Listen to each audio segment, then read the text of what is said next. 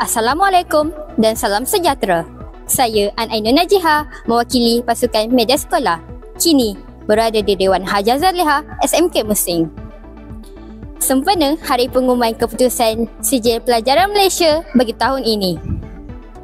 Dijangka keputusan akan diumumkan sekitar jam 10 pagi. Dan pastinya Dewan ini akan menyaksikan detik penuh debaran, kegembiraan serta air mata kejayaan.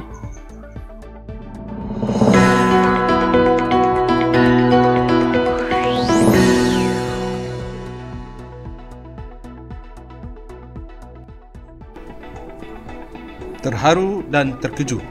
Itu adalah antara ucapan pelajar yang mendapat keputusan cemerlang SPM pada tahun ini.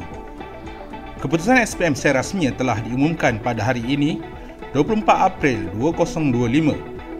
Majlis penyampaian ini telah berlangsung di Dewan Haja Zaliha SMK Mersing. Assalamualaikum cikgu. Izinkan saya bertemu ramah cikgu? Ya, silakan.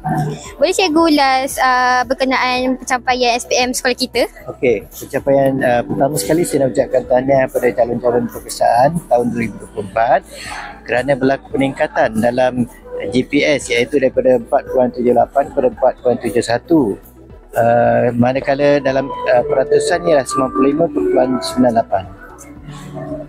Okey, Assalamualaikum warahmatullahi wabarakatuh. Saya rasa sangat bersyukur pada hari ini. Alhamdulillah kita melakukan lonjakan sarjana dari segi GPS. Ya, peningkatan daripada 4.9 kepada 4.71. Ya, bukan mudah untuk cikgu capai perkara ini, tapi atas kerjasama guru-guru kita dapat meningkatkan GPS kelulusan ini. Dan saya mengucapkan berbanyak terima kasih dan tahniah kepada semua guru, semua murid-murid, semua pentadbir.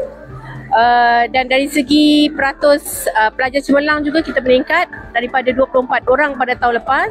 Pada tahun ini peningkatan kepada 31 orang pelajar yang cemerlang. Alhamdulillah. Okay, dah. Okay.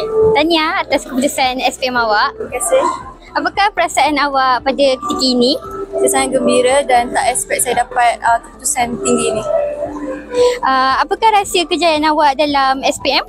Saya rasa kita kena konsisten dalam apa yang kita belajar dan juga kita putus asa apa yang kita nak. Terima kasih.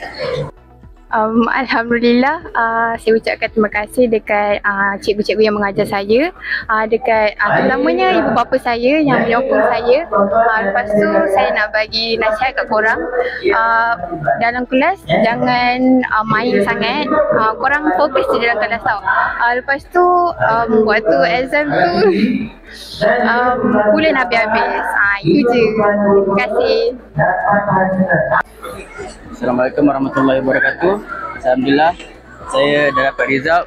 Saya dapat, alhamdulillah, rezeki saya 8A 1B+. Terima kasih kepada mak saya selalu mendoakan saya, kepada cikgu saya yang sentiasa mengajar saya. Terima kasih cikgu. Okay, Assalamualaikum. Nama saya Muhammad Fadli Rizkanain. Saya dah dapat keputusan yang cemerlang dan saya nak berterima kasih kepada ibu saya, bapa saya dan semua ahli keluarga saya yang dah support hari-hari belikan ni, bagikan kata-kata semangat. Tak lupa juga dengan cikgu saya, cikgu kelas saya, cikgu Raya. Walaupun banyak marah tapi supporting yang biasa kan. Tapi terima kasih semua cikgu.